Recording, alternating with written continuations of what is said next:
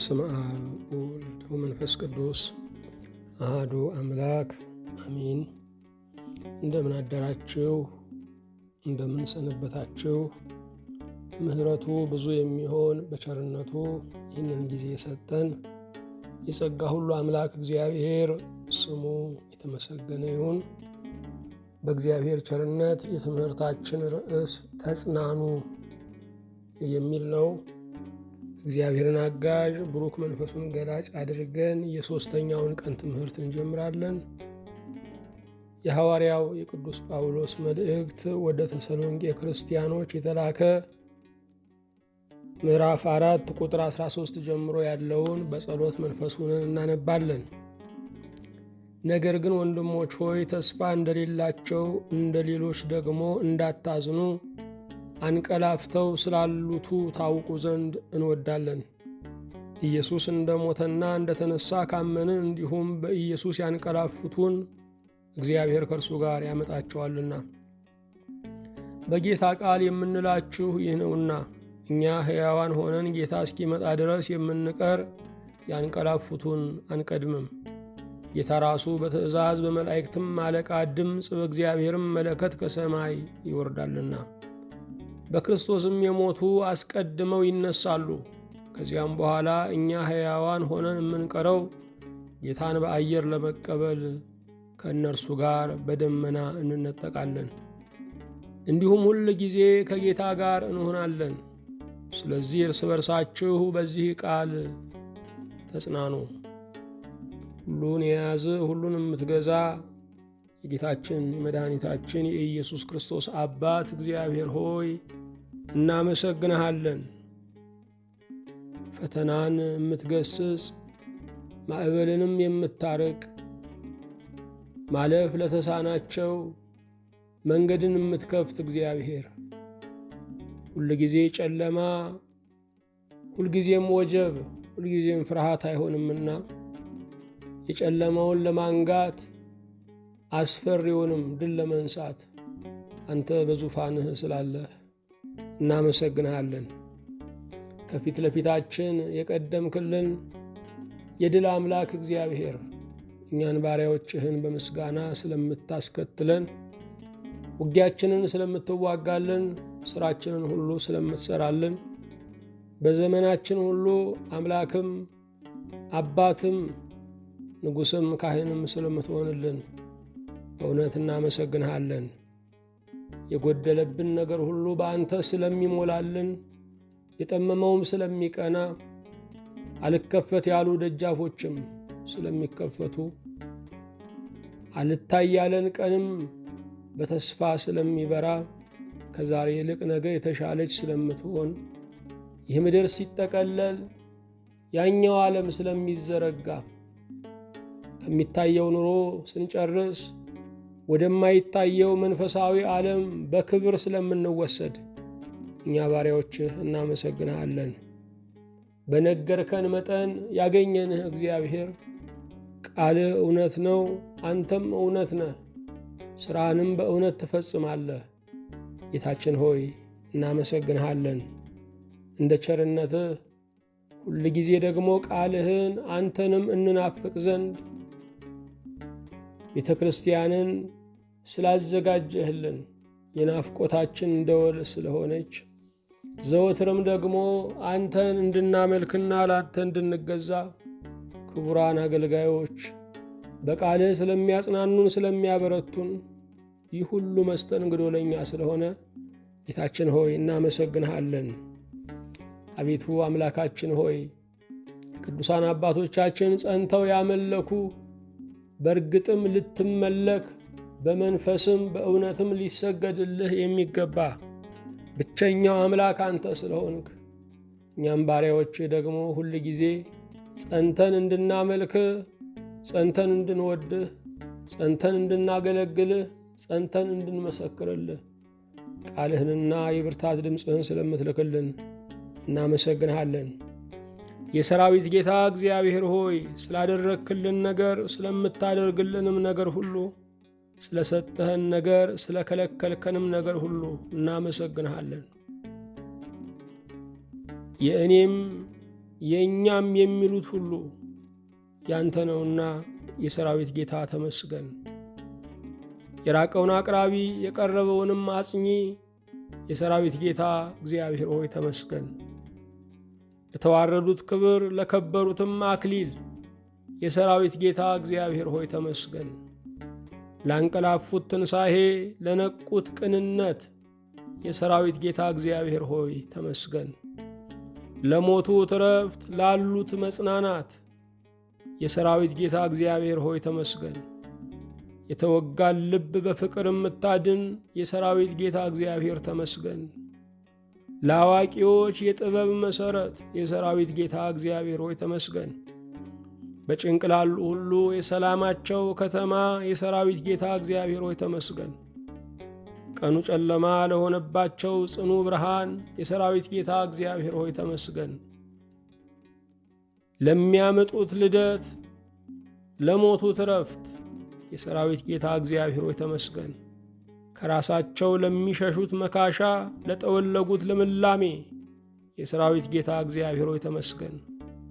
ቋንቋ የማይገልጥ አስረጂ የማያብራራ የሰራዊት ጌታ እግዚአብሔር ሆይ ተመስገን። ለክብር ዙፋንህ አህያን የመረጥክ የተናወጠውንም ልብ የምታሳርፍ የሰራዊት ጌታ እግዚአብሔር ሆይ ተመስገን። እንደ ቸርነትህ እኔን ባሪያህንና በፊትህ ያሉትን እነዚህን ባሪያዎችህን ሁሉ በደላችንንና ኃጢአታችንን ሁሉ ይቅርበል።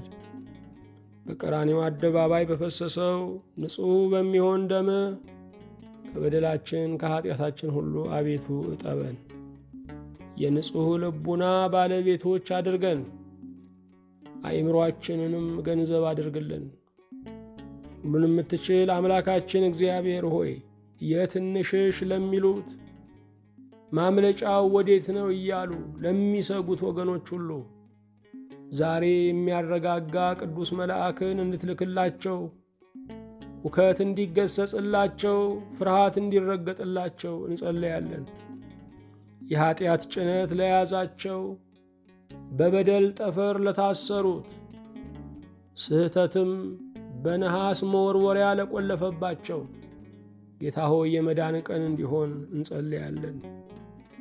ያወቅኩትን መኖር አቃተኝ ለሚሉ ወገኖች ለመኖር ኃይልን ብርታትን የሚሰጠውን ብሩክ መንፈስህን እንድትልክላቸው አቤቱ ደጅ እንጠናሃለን። መቼ ነው እንደ ቃልህ ኑሮዬ የሚሆነው ለሚሉ ጉጉታቸውን አንተን አፍ ከልብ ሆነው ለማምለክ መሻታቸውን ሁሉ እንድትባርክ እንጸልያለን።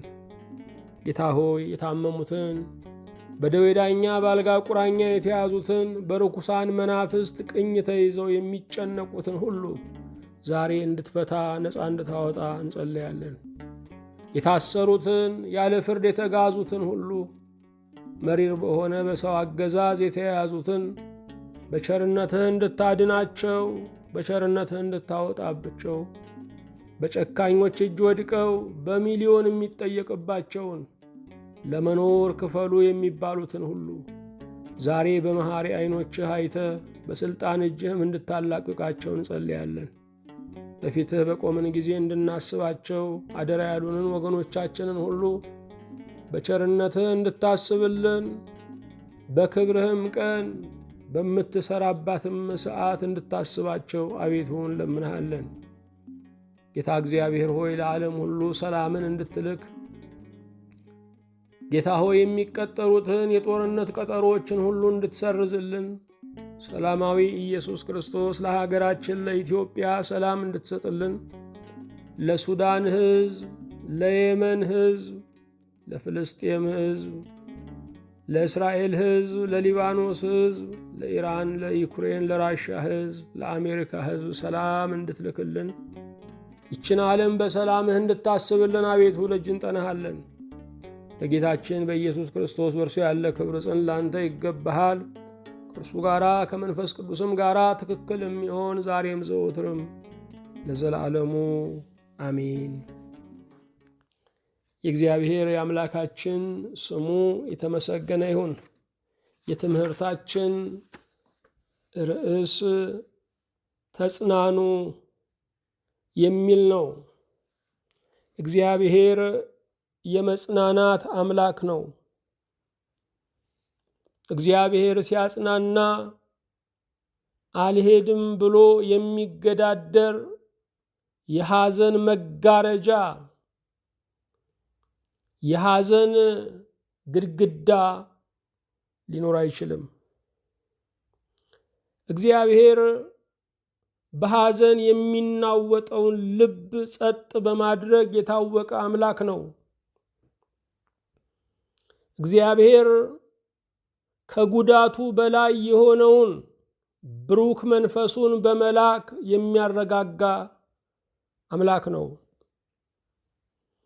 ያልተጽናኑ ሰዎች ተኝተው የማያርፉ፣ ተቀምጠው የማያርፉ፣ ሄደው የማይረኩ፣ ተናግረው የማያባሩ ናቸው።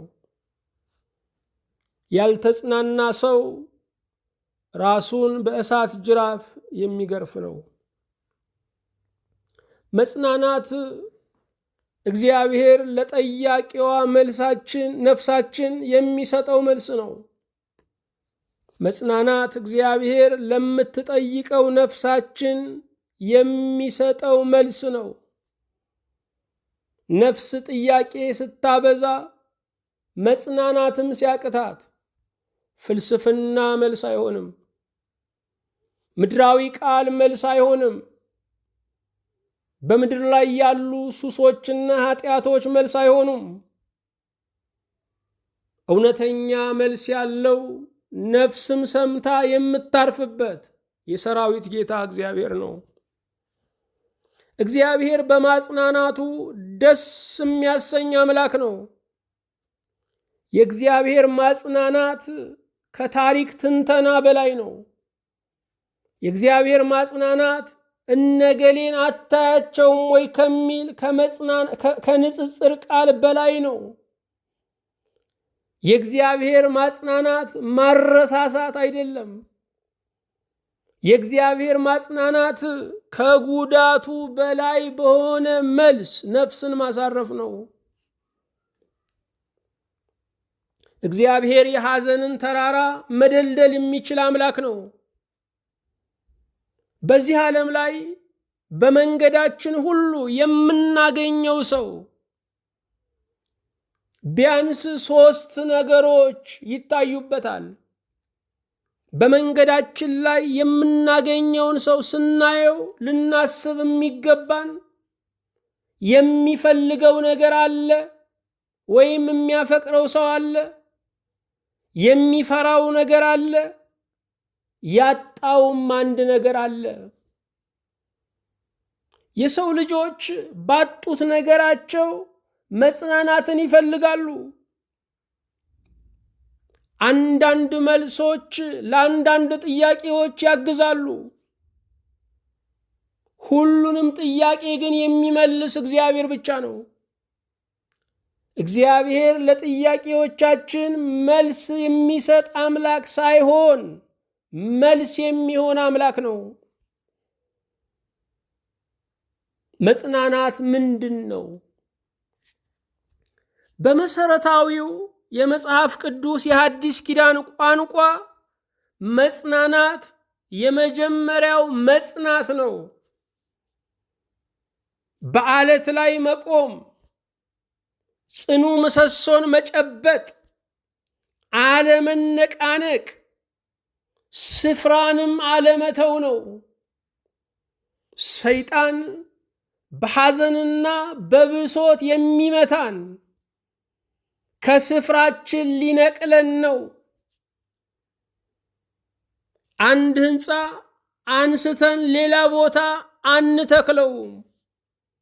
አንድ አትክልትም ካለበት ቦታ ነቅለን እንደገና ሌላ ቦታ በተከልን ቁጥር ፍጻሜው መድረቅ ይሆናል።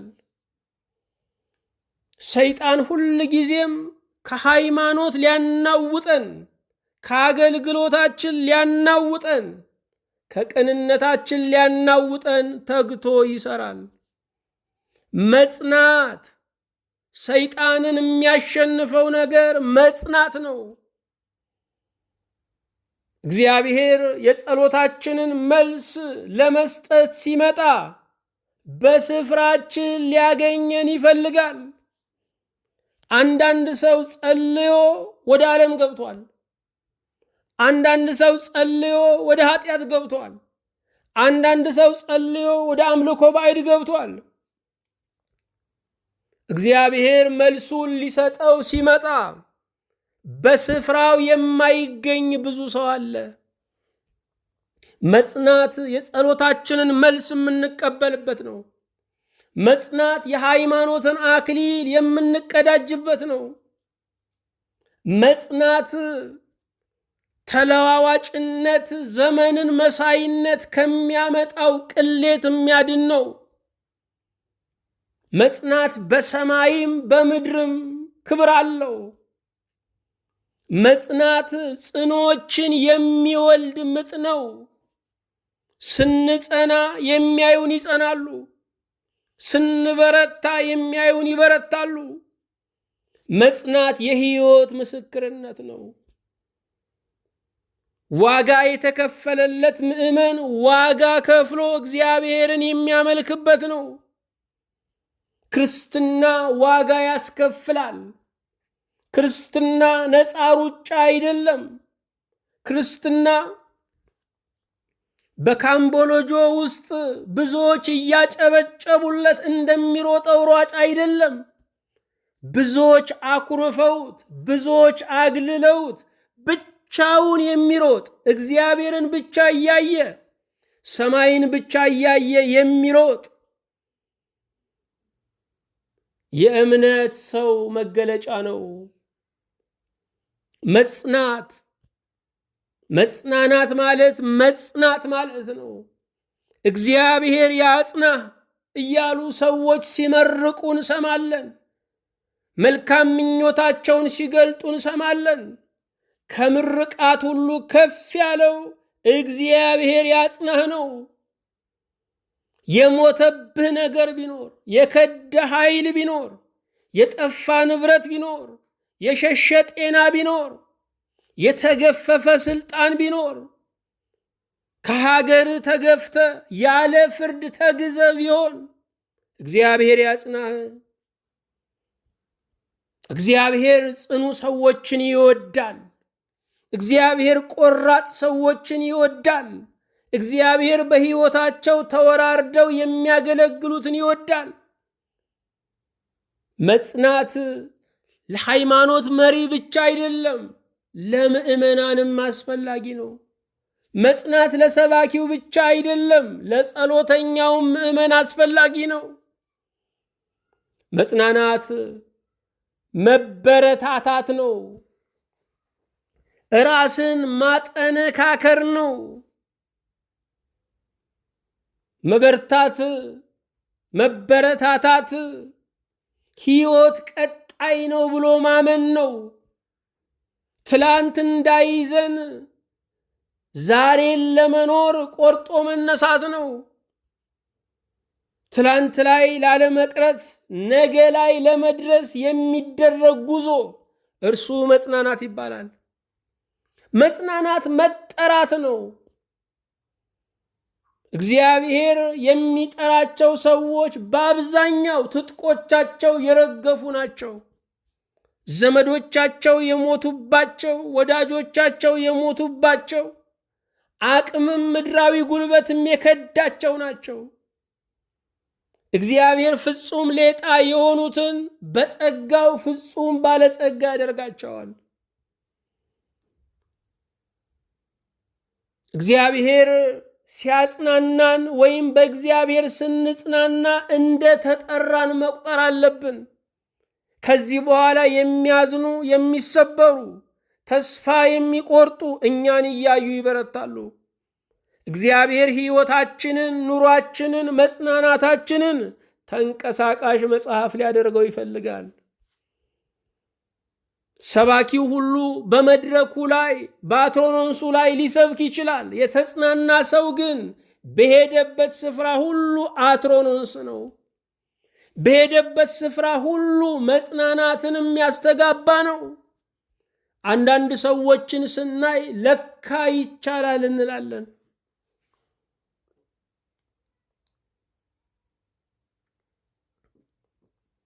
በአንድ ቀን መላ ንብረታቸውን ያጡ፣ በአንድ ቀን 12 ቤተሰባቸውን ያጡ፣ በአንድ ቀን በታላቅ አደጋ ውስጥ የኔ የሚሉትን ሁሉ የተነጠቁ ሲቆሙ ስናይ ለካ እግዚአብሔር ያስችላል እንላለን። የተጽናኑ ሰዎች የሃለወተ እግዚአብሔር ምስክር ናቸው። እግዚአብሔር በእውነት አለ የሚባልባቸው ናቸው። እግዚአብሔር ለዛ ጠርቶናል።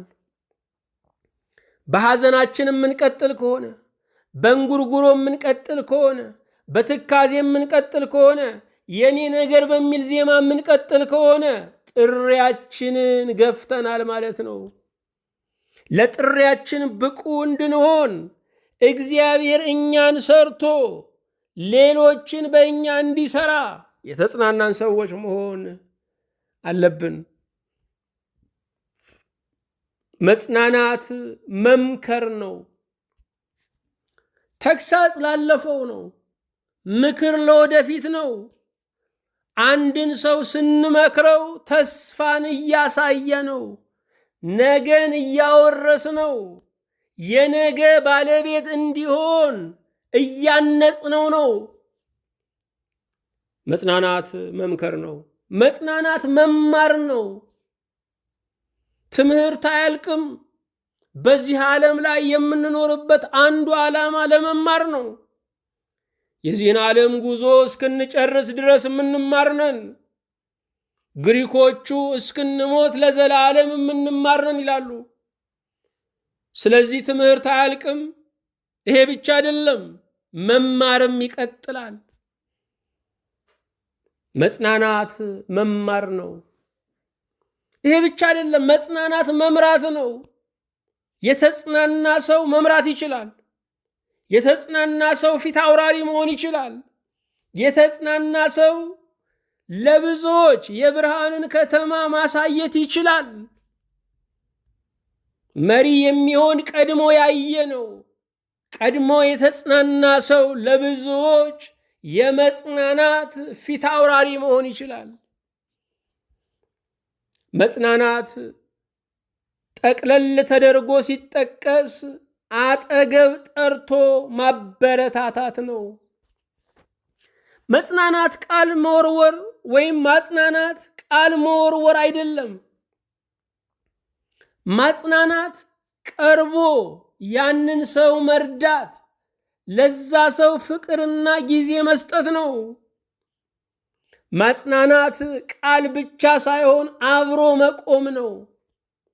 አብሮ ከዚያ ሰው ጋር ለጦርነቱ መሰለፍ፣ አብሮ ከዚያ ሰው ጋር ተራራውን መግፋት፣ አብሮ ከዚያ ሰው ጋር ሸለቆውን መሙላት ነው። በዚህ ቃል ተጽናኑ አለ። እርስ በርሳችሁ በዚህ ቃል ተጽናኑ። እግዚአብሔር አንዱን ለአንዱ መድኃኒት አድርጎን ያስቀመጠው፣ አንዳችን ለአንዳችን የመጽናናት ምክንያት የመጽናናት መምህራን ነን። እግዚአብሔር እኔን በምድር ላይ ያስቀመጠኝ አቁሳይ እንደሆን አይደለም፣ አጽናኝ እንደሆን ነው። በሰዎች ቁስል ላይ በርበሬ ሚጥሚጣ ሳይሆን ዘይት የማፈስ ነኝ። የምንኖርበት አንዱ ዓላማ ሌሎችን ለማጽናናት ነው። ምናልባት ዛሬ ያለነው እሁድ ትንሣኤ ላይ ከሆነ ወንድም እህቶቻችን ግን ያሉት የአርብ መከራ ላይ ሊሆን ይችላል። እግዚአብሔር ለእኛ አርብ ሰዎችን ልኳል። ለሌሎች አርብም የምንላክ ሰዎች መሆን አለብን። ብዙዎቻችን በችግራችን ሰዓት ጓደኛ እንዳጣን እንተርካለን። ዛሬ ለተቸገሩት ጓደኛ መሆን አለመቻላችንን ግን እንዘነጋለን። ባልንጀራችን ሲታመም ፍቅራችን አብሮ ይታመማል። ወዳጃችን ሲታሰር ፍቅራችን አብሮ ይታሰራል። እግራችን ያፈገፍጋል።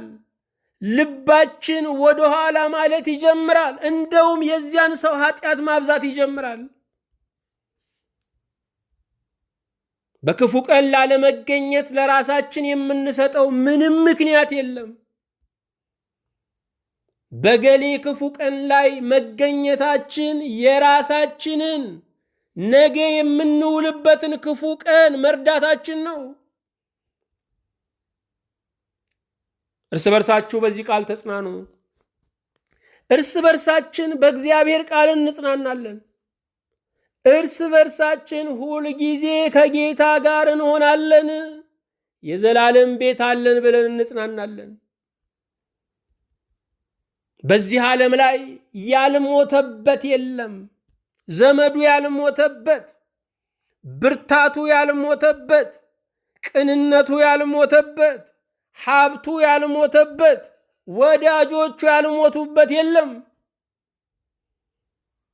አንድ ቀን ባደርን ቁጥር ወደ ሞት እየተቃረብን ያለ ነው። ጥርሳችን ሲወልቅ፣ ዓይናችን ሲጠፋ፣ ጆሮአችን መስማት ሲሳነው፣ እግራችን ሲሰበር፣ እጃችን ልምሾ ሲሆን ሞትን ጀምረነዋል ማለት ነው። ብዙ ነገሮቻችን በየቀኑ ይሞታሉ። ተስፋችን ይሞታል፣ ፍቅራችን ይሞታል፣ ደስታችን ይሞታል። ማጽናናት ግን ትንሣኤ ይሰጣል። መንፈስ ቅዱስ አጽናኝ ተብሏል። አንድን ሰው ስናጽናና የመንፈስ ቅዱስ ወኪል ሆንን ማለት ነው። እግዚአብሔር በእኛ በኩል ብዙዎችን ማጽናናት፣ ማበርታት ይፈልጋል። ብዙ ቁስለኛ አለ፣ ብዙ ሰባራ አለ፣ ብዙ የተመረረ አለ፣ ብዙ የኔ በሚላቸው የተጎዳ አለ፣ ብዙ ትዳሩ ጨለማ የሆነበት አለ፣ ብዙ አንድ ቃል እየተነጋገረ መግባባት ያቃተው አለ። በዚህ ዘመን አጽናኞች በመብራት የሚፈለጉበት ዘመን ነው። ወገኖቼ፣ በማጽናናት የምንሰጥ መስሎ ከተሰማን ተሳስተናል። በማጽናናት ከመስጠት ይልቅ እንቀበላለን። ሌላውን ስናጽናና ራሳችንን በርትተን እናገኘዋለን። የእኛን ሕመም ለማዳን የሌሎችን ሕመም መጎብኘት አለብን። የእኛን ሐዘን ለመግፈፍ በሌሎች ሐዘን ላይ አጽናኝ መሆን አለብን። የዮሐንስ ወንጌል ምዕራፍ 14 ቁጥር 16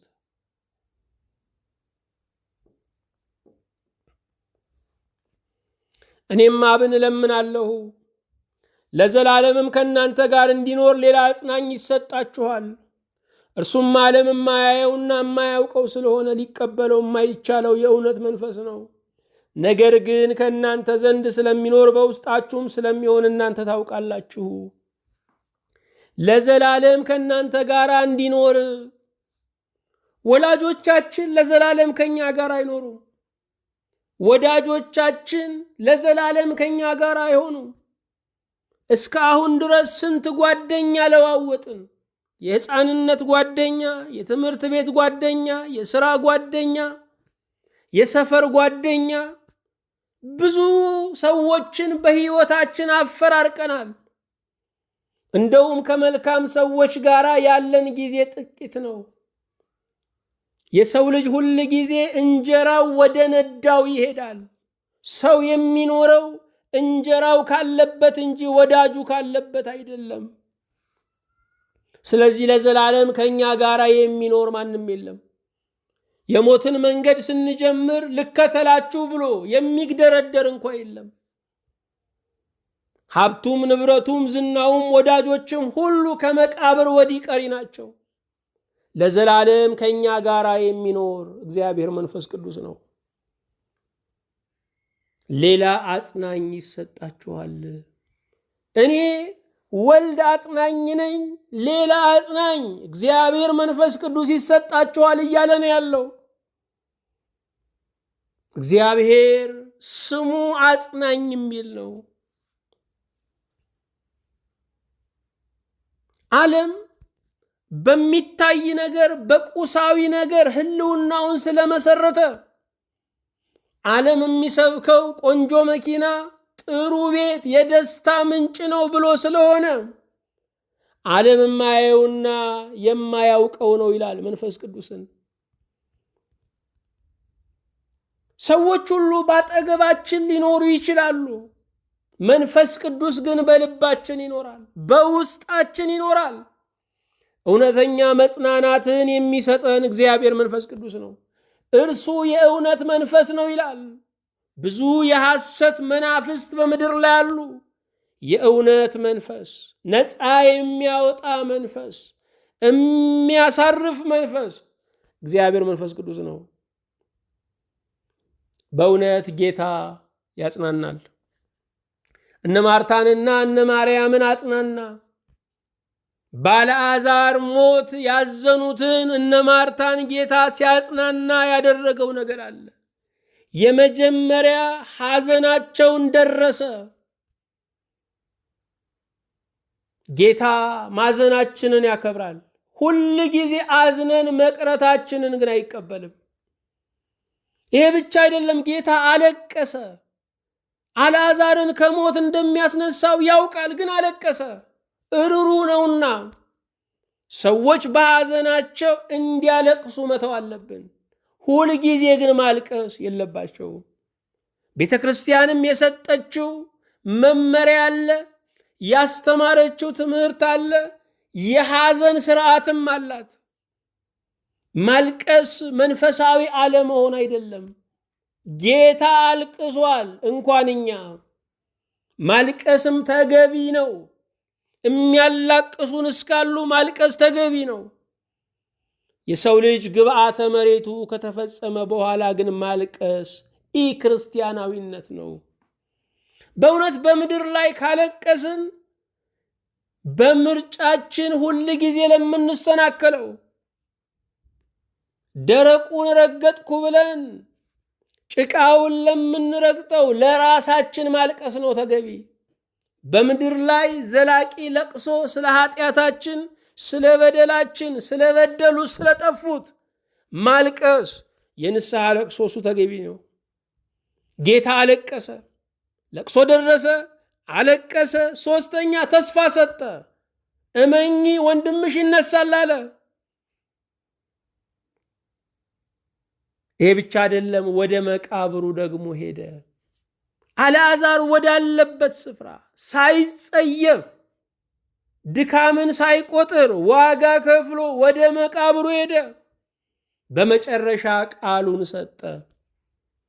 ሁል ጊዜ የጌታን ፈለግ መከተል ስላለብን እነዚህን መንገዶች መከተል አለብን።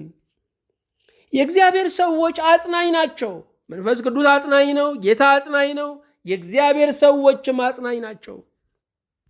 የሐዋርያት ሥራ ምዕራፍ 4 ቁጥር 36 ትውልዱም የቆጵሮስ ሰው የነበረ አንድ ሌዋዊ ዮሴፍ የሚሉት ነበረ። እርሱም በሐዋርያት በርናባስ ተባለ። ትርጓሜውም የመጽናናት ልጅ ነው። እርሻም ነበረውና ሽጦ ገንዘቡን አምጥቶ ከሐዋርያት እግር አጠገብ አኖረው ይላል። በርናባስ ስሙ ዮሴፍ ነበረ። ሐዋርያት ግን የቅጽል ስም አወጡለት፣ በርናባስ አሉት። የመጽናናት ልጅ ማለት ነው። ይሄ በርናባስ ንብረትን የናቀ ከፍቅረ ነዋይ የተፈታ ያለውን ሀብት ንብረት ሁሉ አምጥቶ ሐዋርያት እግር ስር ያስቀመጠ፣ መተማመን ሲጠፋ መተማመን እንዲኖር የሚያደርግ፣ ከህብረት መካከል ጥርጣሬን የሚያርቅ፣ ለተመለሰ ንስሐ ለገባ ሰው ተቀባይ ልብ የነበረው፣ በዓይነ ቁራኛ ተመልከቱት እማይል፣ የጠፋውን ፈላጊ የተመለሰውን አክባሪ ሰው ነበረ። እንደ በርናባስ ያለ አጽናኝ ሰው ፈልገን ይሆን? ለሌሎችስ እንደ በርናባስ ያለ አጽናኝ ጓደኛ ሆነን ተገኝተን ይሆን? አዎ፣ እግዚአብሔር መንፈስ ቅዱስ በእኛ በኩል ብዙዎችን ማጽናናት ይፈልጋል። መጽናናት የሚያስፈልጋቸው ወገኖች አሉ። የመጀመሪያ በስህተት የወደቁ ወገኖች ናቸው። በኃጢአት የወደቁ ከሃይማኖት አለት ላይ ወድቀው የተፈጠፈጡ ብዙ ወገኖች አሉ። እነዚህን ሰዎች መፈለግ ያስፈልጋል። እግዚአብሔር ፈላጊ ነው። መፈለግ ያስፈልጋል። ከሃይማኖት ወጣችሁ እያሉ መስደብ፣ ማራቆት፣ ማስፈራራት ሳይሆን መፈለግ፣ እድል እንዳለ መንገር፣ የእግዚአብሔርን ፍቅር ማስረዳት፣ ዛሬም እግዚአብሔር ይወዳል ማለት፣ አብሮ መጸለይ። ምክንያቱም ኑፋቄ፣ ስህተት፣ ክህደት የምንለው ነገር ቀጥተኛ የሰይጣን ፈተና ስለሆነ በጸሎት ስለሚወድቅ አብሮ መጸለይ። ይሄ ብቻ አይደለም፣ አለመፍረድ። የምንፈርድበትን ሰው ማዳን ስለማንችል እንዴት አንተ ይህንን ታደርጋለህ አለ ማለት። ምክንያቱም ሰው እግዚአብሔር ካልረዳው የማያደርገው ክፉ ነገር የለም። የሳቱትን ሰዎች ማጽናናት አለብን። የሚወዱትን በሞት ያጡ ወገኖችንም እንደዚሁ ማጽናናት አለብን። የመጀመሪያው መድረስ አለብን፣ መጎብኘት አለብን፣ ጊዜ መስጠት፣ አብረን መሰንበት አለብን። ክፍተቶቻቸውን መሙላት። ሐዘን ብዙ ይዞት የሚመጣ ክፍተት ስላለ ክፍተቱን መሙላት። እንግዶችን ደግሞ እንደኔ ሆነን እንደነሱ ሆነን መሸኘት፣ እኛ አለንላችሁ ማለት። ይሄ ብቻ አይደለም፣ እግዚአብሔር የወደደውን አደረገ፣ ወደ ተሻለ ዓለም ሄደዋል ብሎ እውነትን ማብሰር ይገባናል። መጽናናት በአንድ ጊዜ አይመጣም። ስለዚህም ደጋግመን ማበርታት አለብን። መጽናናት እውነቱን መቀበል ነው። የጌታ እንደሚበልጥ ማመን ነው። ከጌታ ጋር መሆን ይበልጣል። ሁሉን ያጡ ሰዎችን ማጽናናት አለብን።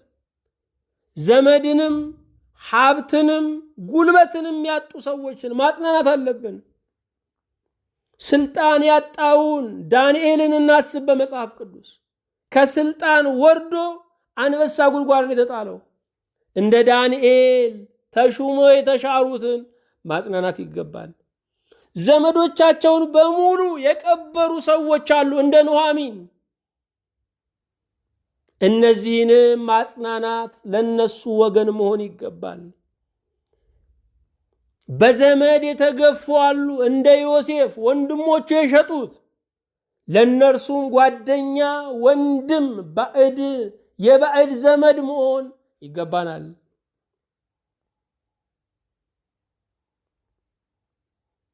መጽናናት የሚያቅታቸው ብዙ ወገኖች አሉ። ራሔል መጽናናትን አልቻለችም የሚል ቃል ተጽፎልናል። መጽናናት ያቃታቸውን ሰዎች በትጋት ማበርታት ይገባል። የሚደግፈው ቃልና ፍቅር ነው። የእግዚአብሔር ቃል የእግዚአብሔር ፍቅር ነው። በመጽሐፍ ቅዱስ ላይ አትፍራ የሚል የመጽናናት ቃል አለ። እግዚአብሔር አትፍራ ይላል፣ ግን ቀጥሎ ምን ይላል? እኔ ካንተ ጋር ነኝ። ቃል ብቻ በቂ አይደለም፣ አብሮነት ያስፈልጋል። የሚያጽናና ቃል መንገር ብቻ አይደለም፣ አብሮ መሆን ግድ ይላል።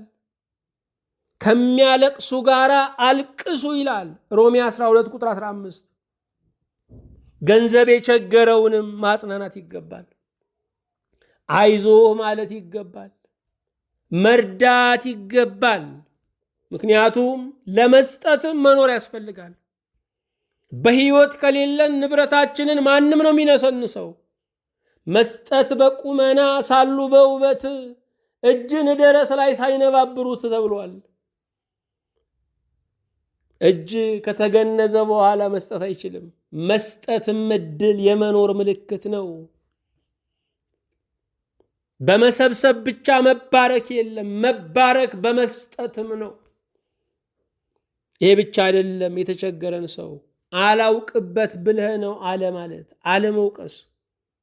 ስለቸገረህ ነው የምረዳ የሚል መጥፎ ቃል አለመናገር።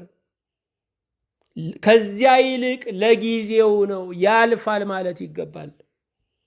በዚህ ቃል ተጽናኑ። በየትኛው ቃል ነው የምንጽናናው?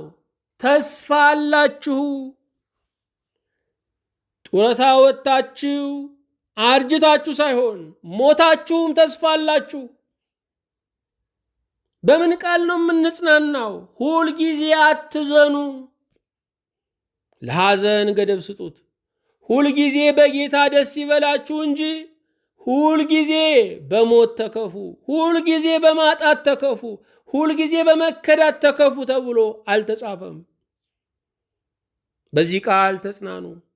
ስለሞቱት እንደ ቃሉ አስቡ። የሞቱት ሁሉ አድራሻቸው ጌታ ነው። ኢየሱስ ክርስቶስ ሞቶ ተነስቷል። እንኳን የኔ ዘመድ ራሱ ባለቤቱ ሙቷል። እመቤታችን ሙታለች። ስለዚህ እንዴት ይሞትብኛል ማለት መመጻደቅ ነው። የራስን ተፈጥሮ፣ የሰዎችን ተፈጥሮ፣ እውነትን አለመቀበል ነው። ደግሞም እነርሱ ሂደው እኛ የምንቀር አይደለንም። መንገደኛ ፊትና ኋላ ነው። እነሱ ቀድመዋል፣ እኛ እንከተላለን። ይሄ ብቻ አይደለም። በኢየሱስ ማንቀላፋት ደስ ይላል። ንስሐ ገብቶ ሥጋ ወደሙ ተቀብሎ ስለ ሞቱት ወገኖች መደሰት ይገባናል። ዘመዶቻችን ከክርስቶስ ጋር ይመጣሉ። በዚህ ቃል ተጽናኑ ነው የሚለው። አልጠፉም፣ ይመጣሉ። ይሄ ብቻ አይደለም፣ አንቀዳደምም ይላል። በዚህ ቃል ተጽናኑ። የውድድር ጊዜ ያበቃል። የውድድር ዓለም ያልፋል። ያኛው ዓለም የፉክክር ዓለም አይደለም፣ የእረፍት ዓለም ነው። ዛሬ ሰዎች በፉክክር በውድድር ለመጠላለፍ፣ ለመጠፋፋት፣ ጦርነት ለመፍጠር ሌትና ቀን እረፍት የላቸው። ያኛው ዓለም የሰላም ዓለም ነው። ያንን ዓለም ካልናፈቅን መንፈሳዊ ጤንነታችን መመርመር አለበት። ይሄ ብቻ አይደለም፣ የመለከት ድምፅ ይሰማል ይላል። መላእክት የሰውን ትንሣኤ ይናፍቃሉ። የሰው መነሳት መልአክን የሚናፍቀው ከሆነ ራሱ ሰው የበለጠ ሊናፍቀው ይገባል። የሰውን መነሳት መልአክ ይናፍቃል፣ መለከት ይነፋል። እውነተኛ የእግዚአብሔር መልአክ ልዑክ የሆነ ሰው የሌላው መነሳት ይናፍቀዋል። የብርታት የመለከት ድምፅ ይነፋል። በክርስቶስ የሞቱት ቀድመው ይነሳሉ። ትንሣኤ ዘለ ክብር፣ የክብር ትንሣኤን ይነሳሉ። ይሄ ብቻ አይደለም፣ ጌታን ለመቀበል በደመና እንነጠቃለን። ከመሬት ስበት ሕግ ውጭ እንሆናለን። ጌታን ለመቀበል በደመና እንነጠቃለን። ጌታን በአየር እንቀበለዋለን። ለምን? ቤታችን የቆምንበት ምድር ፈርሷልና። ይህ ዓለም ፈራሽ ነው። ዓለም ቤት አይሆንም። ምን ቢደላደሉ መቆየት እንጂ መቅረት የለም። ይሄ ብቻ አይደለም፣ ሁልጊዜ ከጌታ ጋር እንሆናለን። ዛሬ ከኔ ጋር በገነት ትሆናለህ አለ ጌታ። ለካ ገነትን ገነት ያደረጋት የጌታ በዚያ መሆን ነው። ጌታ ባይኖርባት ገነትም ሲኦል ናት። ዛሬ ከኔ ጋር በገነት ትሆናለህ። ሁል ጊዜ ከጌታ ጋር ለዘላለም ከተባረከው አምላካችን ጋር እንሆናለን። በዚህ ቃል ተጽናኑ። ባለፉት 3 ሳምንታት ተጽናኑ በሚል ርዕስ የተማርነውን ትምህርት ፈጽመናል። ተጽናንተን ለሌሎች መጽናናት ምክንያት እንድንሆን እግዚአብሔር መንፈስ ቅዱስ ያግዘን። አቤቱ አምላካችን እግዚአብሔር እናመሰግንሃለን። ብሩክና ቅዱስ የምትሆን ጌታችን ከፍ ከፍ እናደርግሃለን። በዚህ ቃል ወደ ባሪያዎች ሕይወትና ዘመን ስለመጣህ ተመስገን። ጌታ እግዚአብሔር ሆይ በምናዝንበት ነገር ሁሉ፣ ሰባራ በሆንበት ነገር ሁሉ ዛሬ የትንሣኤ ኃይልህ እንዲጎበኘን እንጸልያለን። ጨለማችን ሁሉ እንዲገፈፍ፣ ያነጠፍነው ምንጣፍ ሁሉ እንዲሰበሰብ፣ ማቁ እንዲቀደድ፣ የደስታ መጎናጸፊያን እንድንደርብ እንጸልያለን። አምላክ እግዚአብሔር ሆይ እንደ ቸርነትህ የማጽናናትን ዘይት ለሕዝባችን ለወገኖቻችን ሁሉ እንድታፈስ፣ ከጎደላቸው ነገር በላይ የሞላኸው አንተን ጌታ ለማየት እንዲበቁ እንጸልያለን። ሁሉን የምትይዝ ጌታችን ሆይ ሁሉ ብሄድ ሁሉን ተክተህ የምትቆም፣ ሁሉ ሲታጣ አለሁ የምትል አንተ ብቻ ነህ። በሕልውና በስምህ በመለኮታዊ ግብርህ ማረፍ መደሰት ይሁንልን። የመጣው ቃልህ ለብዙዎች ትንሣኤ ልቡናን እንዲሰጣቸው እንጸልያለን። በማጽናናትህ በጦርነት ላሉት፣ በረሃብ ለሚጎሳቆሉት፣ በስደት ለሚባክኑት፣ ያለ ፍርድ ለታሰሩት፣ በደዌ ዳኛ በአልጋ ቁራኛ ተይዘው በመኝታቸው ላሉት፣ የኔ የሚሉትን ሁሉ ላጡ፣ ወዳጆቻቸው ለከዷቸው ሁሉ ዛሬ ይሄ ቃል መጽናናት፣ ፈውስ እንዲሆን እንለምንሃለን። ስለ ሁሉም ተመስገን። ስለ ረዳሃን፣ ሁልጊዜም ስለምትረዳን እናመሰግንሃለን። በሕያው ቃልህ ከእኛ ጋር ስለሆንክ፣ አብሮነትህ ከእኛ ጋር ስለሆነ የምናልፍበትን ሕይወት አውቀዋለሁ ብለህ መርማሪ በሆነው ቃልህ መርምረህ መድኃኒት በሆነው ቃልህ ስላከምከን ተመስገን። በጌታችን በኢየሱስ ክርስቶስ በእርሱ ያለ ክብር ጽን ለአንተ ይገባሃል። ከእርሱ ጋራ ከመንፈስ ቅዱስም ጋራ ትክክል የሚሆን ዛሬም ዘወትርም ለዘላለሙ አሚን።